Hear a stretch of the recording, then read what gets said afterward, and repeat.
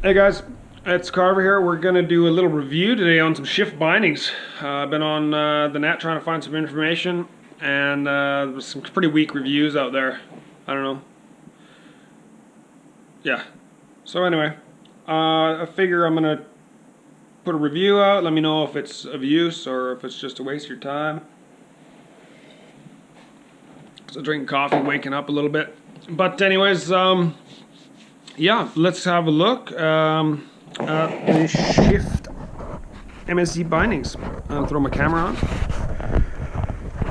Zoink.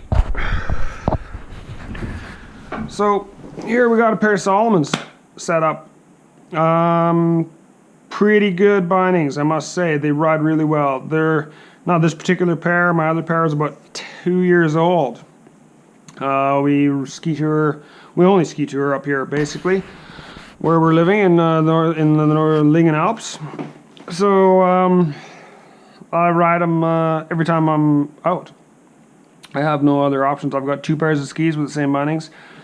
They work great. The toe piece, friction plate, has really good action on spring-loaded action. It's not just friction on a piece of plastic. Super releasable. I find they've definitely come off. They definitely release. So right now they're in ski mode, of course. You've probably already seen this already, but we'll run through it relatively quick. To put them into touring mode, you push down on this little blue button there, opens up your little birdie wings, and then flip your little ski tour guy back there, push it down while you pull up on your brakes, and you're good to go. You're in ski touring mode. These are Salomons, of course. Salomons have got the blues. There's Atomic and Armada, which are making all blacks. They're all the same mother company, so it's the exact same stuff. I just found these ones. They were, I don't know, Salomon's offering them a little cheaper, it seems like, so that's what I went with. We have no real qualms with the front. A little bit of snow in here once in a while, you can just pick it up with your glove. It's super easy access underneath there. Big finger gloves, it's not an issue. The one thing is that, especially when they're new, the walk mode, I've seen even on reviews saying everybody puts them into walk mode and they go like this, now you're in tour mode, and you're not in tour mode. You're going to step out of them and you're going to whine and cry like I did. There's 2 clicks in the front. Okay, there's 1, 2. And out of the box, that second click is really stiff. You got to like almost take them with 2 hands and just like rah, crank it up there. These things were crunching and cracking. I thought I was going to break them. But you got to have this second knot. This thing should be pretty much looking straight up at you. If you don't have that, you're going to step out. Simple as that. Yeah, fronts are a thing of beauty. Backs, there's a bit more of an issue. They got some snowballing under here. Down in under here, you get this little hole, meep, meep, little trap. So obviously, it was suspected there's going to be some snowballing issues. There's not a pair of bindings made that don't have some kind of a snowballing issue. Touring bindings,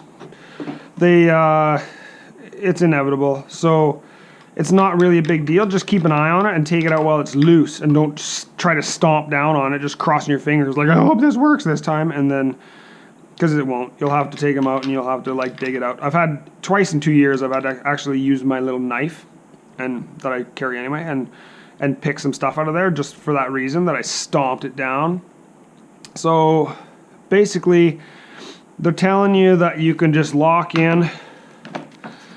I'll probably get lots of comments, I'm sure, that I'm using incompatible boots, but I don't care. They work. So then when you are going into ski mode, from tour mode, they're saying that you can just stomp down on this and it goes in. Well, you kind of can't, because, I mean, if you're on like boilerplate ice and just having a great time, then you probably can. But if as soon as you slap your ski down in the snow and you go to stomp on it, a bunch of snow falls in there, and then you compress it in. So it totally doesn't work. It's just totally not realistic. So when you've got your skis up, you know, you've got them up like this and you're ripping your skins off, just do it by hand. Just grab and push them back, boom, lock down. You know, if you do have a little bit of loose snow under there, just give them a little burp test upside down, beep, beep, beep, and it generally always falls out. Do it by hand, then throw them down in the snow, and then you can stomp the hell out of them. It doesn't really matter, because now that little trap door is closed, you're good to go. So, yeah. The other thing is that there's also 2 clicks in the back. If you pop them down,